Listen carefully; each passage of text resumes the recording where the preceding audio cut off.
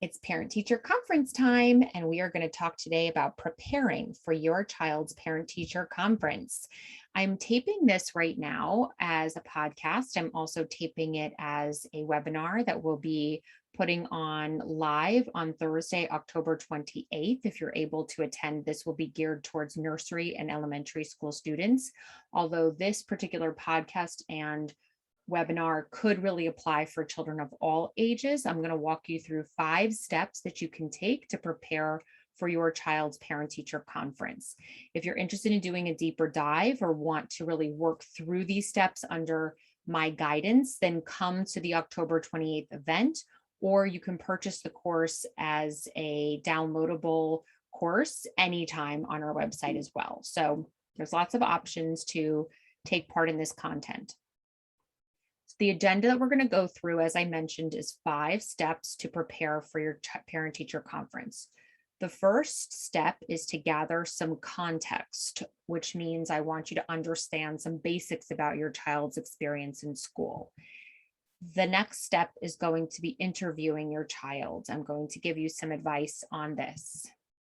The third step is going to be reading up on some developmental checklists and milestones or your school's curriculum. And the purpose of doing this will be to identify the expectations that are set upon your child.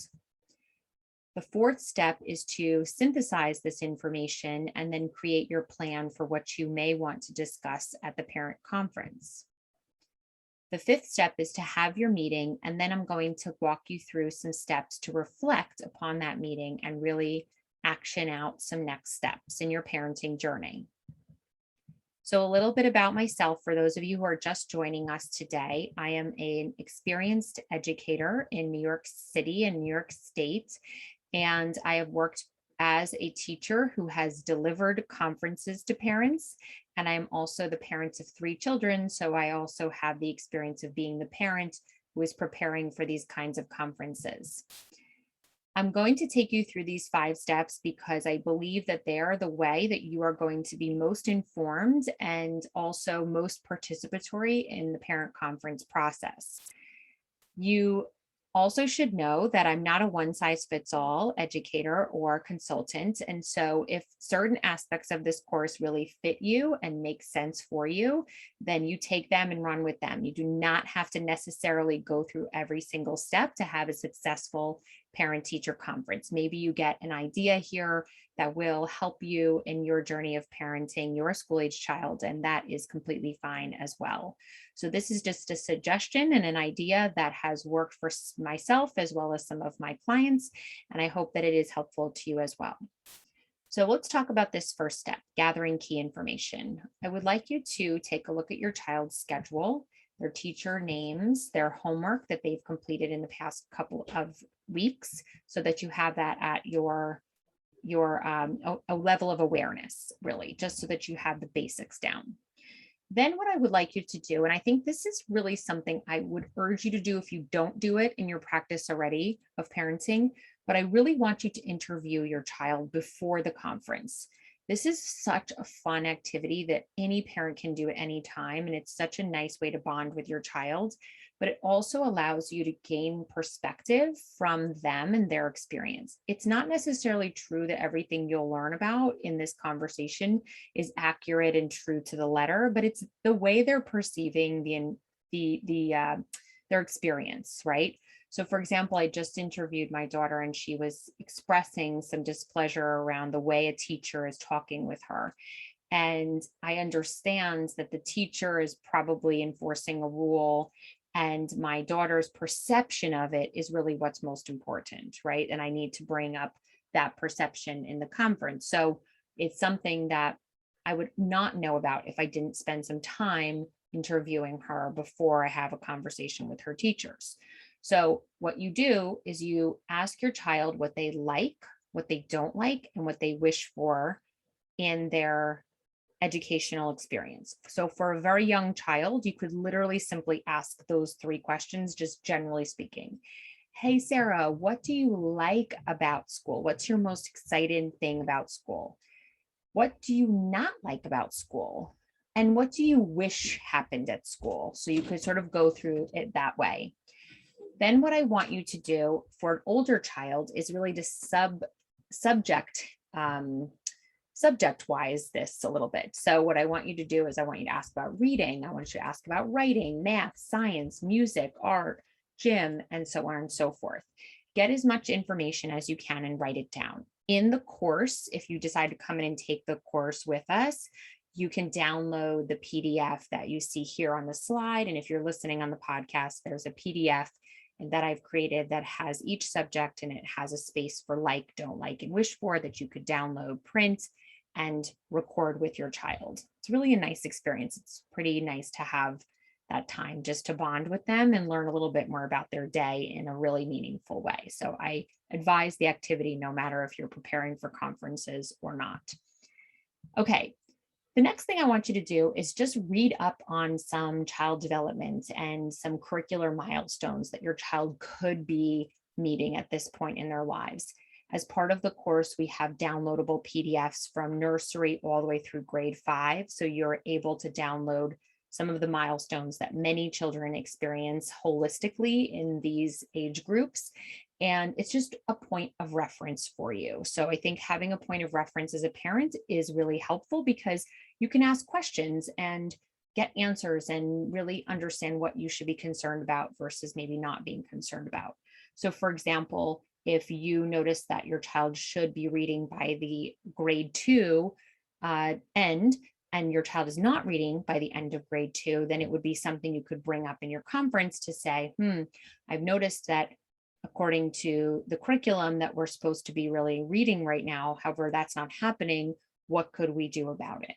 So points of reference, I think, are really helpful because you can ask questions about what your child is or is not doing and gain more information and insight from the educator who's with your child. The next step that I want you to take is to really synthesize the information that you've now gathered in these first 3 steps. So you're going to take the information from your interview, you're going to take the information from reading up on child development and milestones, whatever you've had time to do is actually totally okay. So I know each of us are really coming to all of this with a finite amount of time to dedicate to this kind of parenting work. And I want you just to be assured that you do not have to complete every single step thoroughly here to do a good job within your parent-teacher conference. Like I said prior, you can work through this in your own way and really take whatever works for you and your family. The idea with this step is to take what your child has said, what your checklist has said, and then formulate what you would like to discuss. There's also a part of this PDF that's the notes from the conference, so you could keep everything together if you'd like to use this PDF to organize your information. And again, the PDF is available with your course purchase on our website. And for those of you who've already purchased it and are now watching this video, you'll have the chance to download these PDFs and use them as you would like to. So the very 5th step happens right after your conference, which is just to now reflect and review what you learned and what is your next step. So I've just, again, created a PDF that will help you to say, okay, is my child meeting expectations? If not, where not? Do I have any concerns academically or with regard to learning? Do I have any concerns socially or emotionally? Do I have any concerns physically?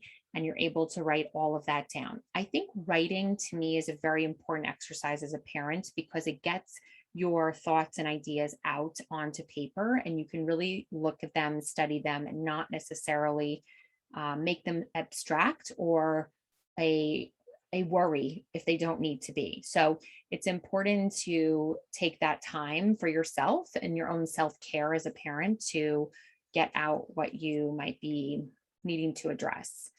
So just to kind of bring everything together right now, we've just gone through 5 steps to prepare for your parent conference. We didn't talk specifically about the parent conference itself because I know from my clients that there are many different types of parent conferences. Sometimes there's 10 minutes to talk. Sometimes there's 30 minutes to talk. Sometimes you're talking with each teacher for about 2 minutes. Sometimes there's a different format altogether and your child is attending with you.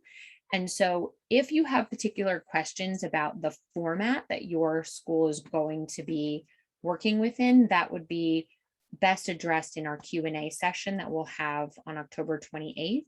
But also you can always email me or write into our main line to ask these kinds of questions if you're not sure how to frame something or if you're concerned about something. But we'll be doing a deeper dive into this content during that Q&A session, because I know many people have a lot of questions about just how to handle, for example, something where you only have 2 minutes to talk with your teacher. What do you do about that? Or what do you do if your child's going to be attending your conference with you, but you have some concerns that you'd like to address privately with the teacher? How do you handle something like that?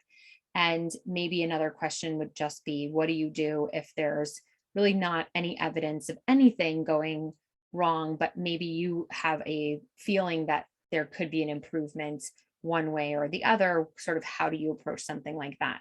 So there may be specific questions that you have that could benefit the entire audience, and we will definitely put that all together on the 28th for you. And we will tape that Q&A session as well, so that everyone who's purchased the course can have the information as well.